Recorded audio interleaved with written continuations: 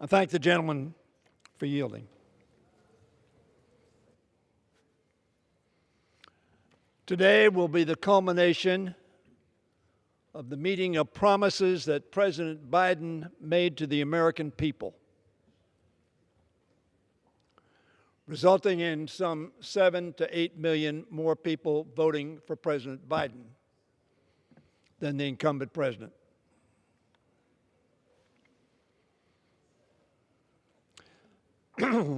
My colleagues, we have just heard from a leader of the party of you're on your own.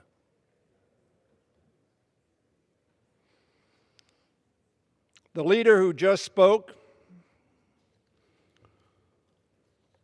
voted against the American Rescue Plan that put money in the pockets of American families, put American children back to school, and resulted in us not wearing masks today, with some exceptions, by putting vaccine in arms. The leader who just spoke voted no, as did every one of his colleagues. They said no to money to help families not fall through the cracks, to help them afford their groceries, to help them afford to pay their mortgage and send their kids to school. They voted no to make sure those vaccines were in arms. They voted no to help small businesses, restaurants, and others be lifted up. The party of you're on your own, America. And yes, when they came to office, what did they try to do? In 2017, repeal health care support for the American people. We are doing the opposite. We plead guilty.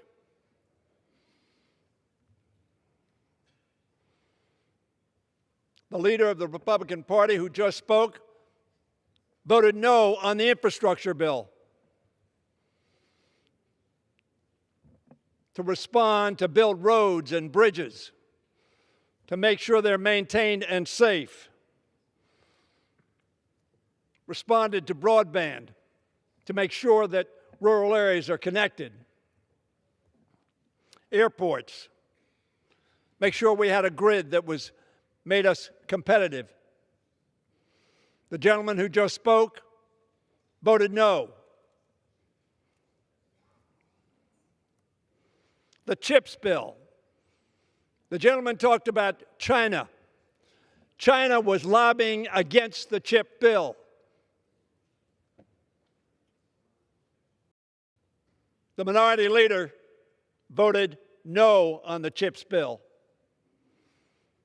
which was a bill to make America competitive and create hundreds of thousands of jobs. That was bipartisan in the House by a small degree, and in the Senate as well. But the minority leader voted no. So I must say I'm not shocked that he's voting no on this bill, which is aimed at helping Americans with their health care, one of the greatest reasons for inflation. And I'm not surprised that he mischaracterized the reaction on this side of the aisle when he said gas prices were high and hadn't come down. In fact, in the last 40 days, they've come down 20%. Gentleman shaking his head, no, they haven't. I don't know where he's buying gas, but they've come down from 5 to 4, and in some cases, less than 4. Is that too high? It is. Should we be concerned about that? Yes, we should be. We passed 2 bills. One was a bill to make sure that we didn't have price gouging. No American wants to see price gouging. The minority leader voted no on that bill. We offered another bill that dealt with food and fuel prices and to try to make sure that we had delivery systems and supply chains that worked. The minority leader and his colleagues voted no. Not everyone. We had a bill on this floor that tried to help and is going to help millions of veterans who had been exposed to toxic burn pits, cancer, heart disease, lung disease.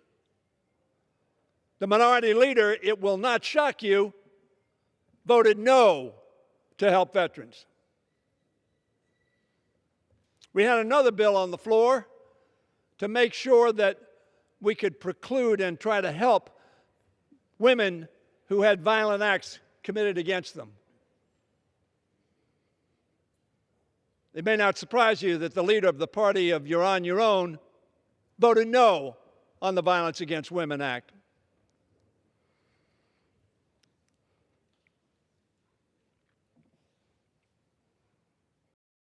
It's time to say yes. Yes to the people. To focus on people, not on politics of 87 days from now. That's what this is about. Politics. Pure, well, impure and simple. It's time for us to say yes to bringing prices down. Now, I want to add just a couple of things, and I want to talk about the 4 pieces of legislation that are changing America for the better. One is, he wrings his hands about the awful situation that America is in. In January of 21, before Joe Biden became President of the United States, unemployment was 6.4%. During the course of the Trump administration, we had lost 2.8 million jobs. Lost, net loss after 4 years, net loss. Over the last 18 months, we've created 9.5 million jobs. That's almost a 12 million job turnaround to the best, to the good, to the appreciation of ability of Americans to get jobs. And he mentioned something about gas prices. Are they high? They are. Let me tell you when they were higher. July of 2008, they were higher. Hear me. Go check the records. $4.14, which in real terms, for real dollars today, would be $5.62 under George Bush.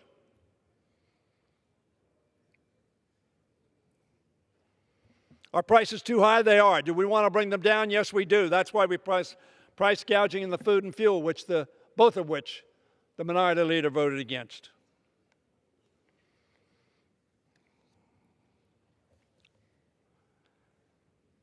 Unemployment, as I said in January, 6.4%. It's now 3.5%, halved. Is inflation too high? It is. We passed a bill. Some people said, well, that's going to cause inflation. What it caused was people didn't fall through the cracks. They were able to pay their bills. They were able to send their kids back to school. That's what it did.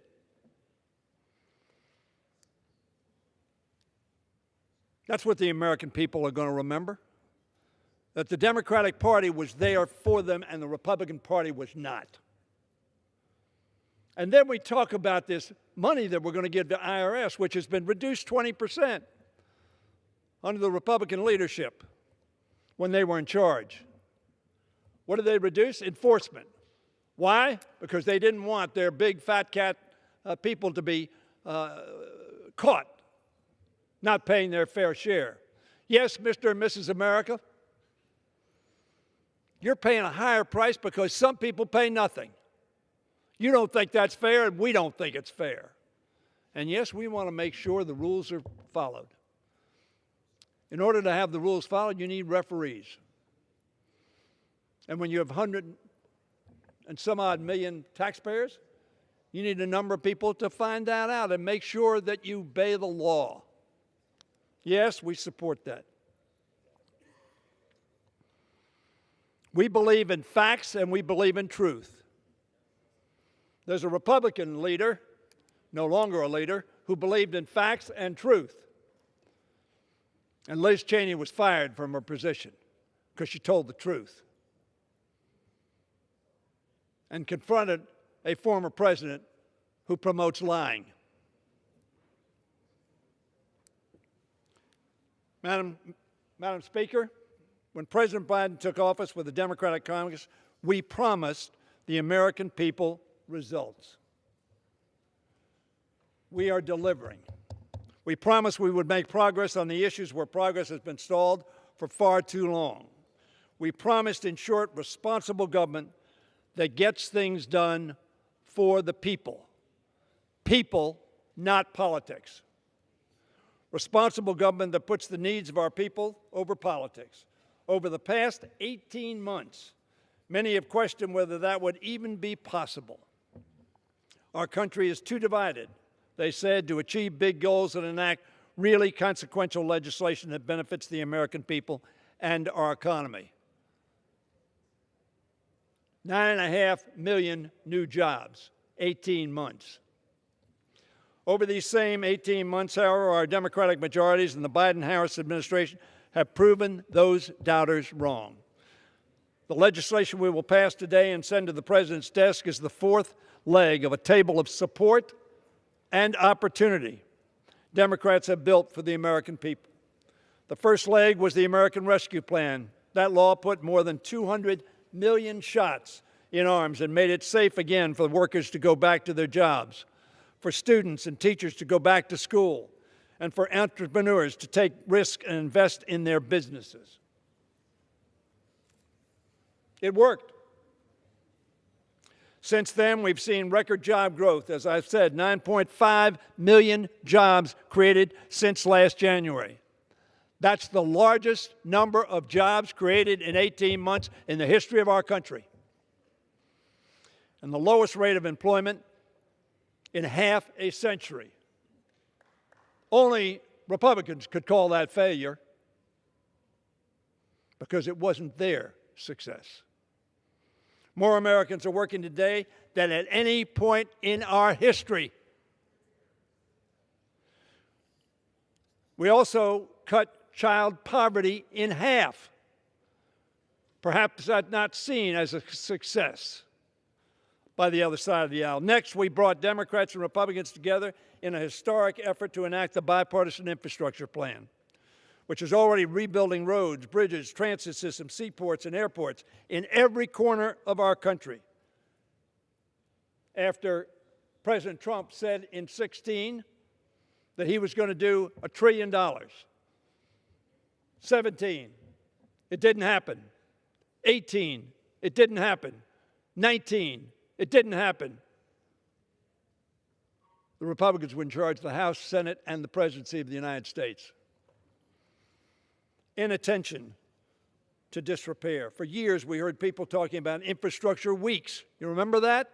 The minority leader and others, we're going to have an infrastructure week. It never happened. Last November, we put people over politics and got it done.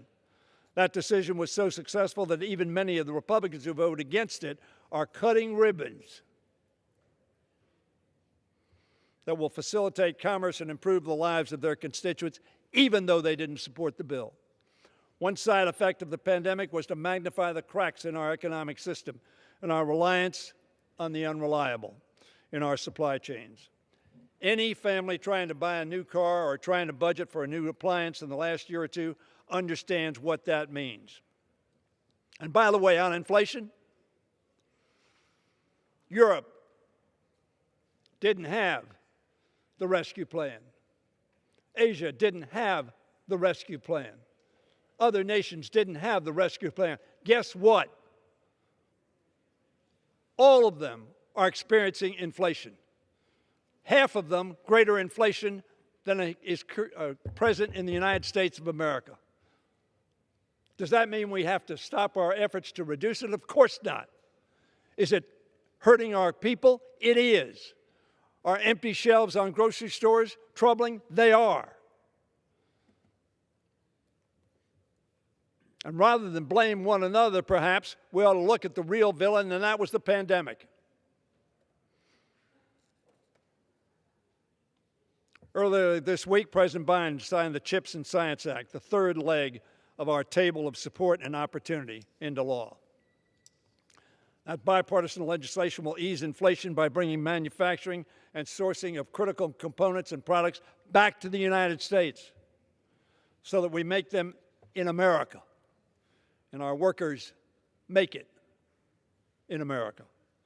It means that we won't cede the next century of innovation to China or anybody else. China, let me repeat, lobbied against that bill, and almost every Republican voted against that bill, just like China wanted. Instead, American labor and American innovation will continue to lead the world in research, innovation, and advanced manufacturing, and continue to draw the brightest minds from around the world. That also will mean lower costs for American families. The CHIPS and Science Act was another significant piece of legislation in the Make It in America agenda.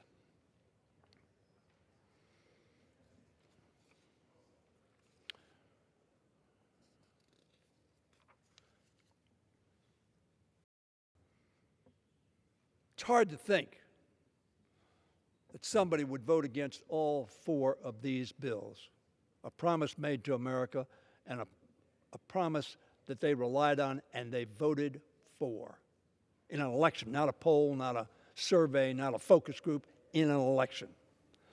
It's because it gets to the heart of what government is supposed to do, help provide our workers and businesses and people with the tools and confidence to make it in America. Today, we're going to send to President Biden the legislation that represents the fourth leg of our table of support and opportunity, the Inflation Reduction Act. As its name suggests, it will further help lower costs for Americans. First, it will lower health care costs by extending the cost-saving premium tax credits under the Affordable Care Act that we included in the American Rescue Plan, which has gotten us to 92% coverage in America. And very frankly, would be higher if there weren't 12 states who had refused to provide the Medicaid opportunity for citizens who fell in the middle of the income spectrum. We included that, of course, but our Republican friends in the United States Senate would not agree to it. This bill will provide for quality, affordable health care to almost every person in the United States, irrespective of their income. The national uninsured rate has fallen, as I said, to an all-time low of 8%, with 5.2 million Americans gaining coverage since the start of the Biden-Harris administration, in large part due to our having made those cost savings premium credits more widely available. But my understanding is our Republican friends are going to vote against this bill. And millions of people will be unable to afford their insurance. That's extended by 3 years. Next, it brings down the cost of prescription drugs by allowing Medicare for the first time ever, but not uniquely, because the Veterans Administration does that. Makes sense. To negotiate lower prices from manufacturers. Democrats have been working for decades to achieve this goal, and as I mentioned at the outset of my remarks, our majority is delivering on that promise. The bill also caps the cost of insulin at $35 a month. Now, it would have been extended to everybody, but our Republican friends refused to support that alternative, so it's only going to apply to Medicare at the beginning, but we're not going to stop.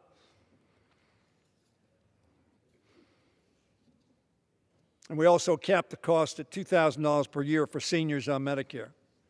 We want to extend that to the private market as well, and we'll work on that. This, ladies and gentlemen of this House, is an historic achievement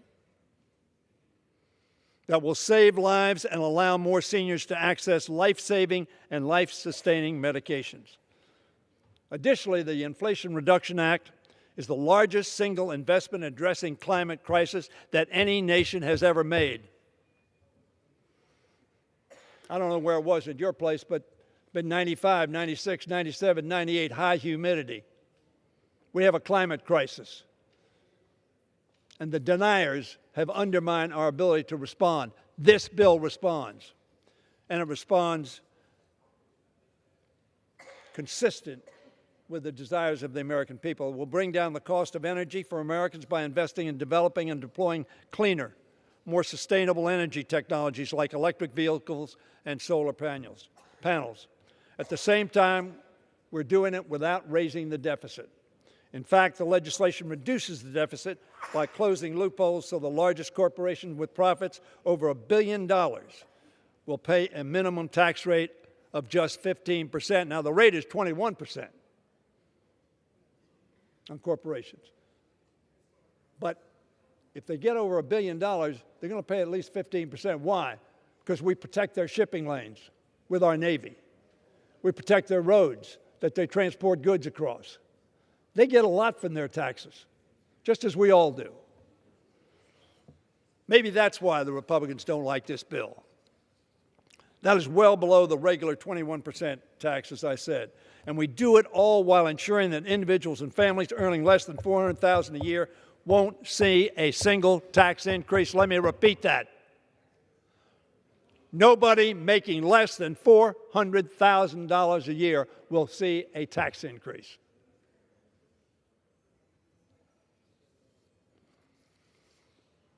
Those four legs, the rescue plan, the infrastructure bill, the CHIPS bill, and now this Reduction in Inflation Act, will provide for growth, opportunity, and competitiveness for our economy and for our people. There is, however, another critical piece of legislation that helps keep that table sturdy. So let us recap this list of major enactments. Getting Americans back to work from the pandemic. That's what we did. Securing long overdue infrastructure investments. That's what we did. Easing the inflation by helping American companies build more chips, semiconductors, and other critical components here instead of importing them from unreliable countries. Over 100,000 new jobs. That's what we did. Reducing inflation by lowering health care, prescription drug, and energy costs while combating the climate crisis. That's what we did. And we'll keep on doing it for the American people in the next Congress. In addition to all these, the Democratic-led House has passed many, many more important bills that have yet to be considered in the Senate, blocked by Republicans. Today, the Inflation Reduction Act will answer any who still doubt whether we can deliver on our promises. Today, Democrats in this administration are showing that we can and will continue to put people over politics and ensure that our people can make it in America. Vote for America. Vote for the American people. Vote for this bill.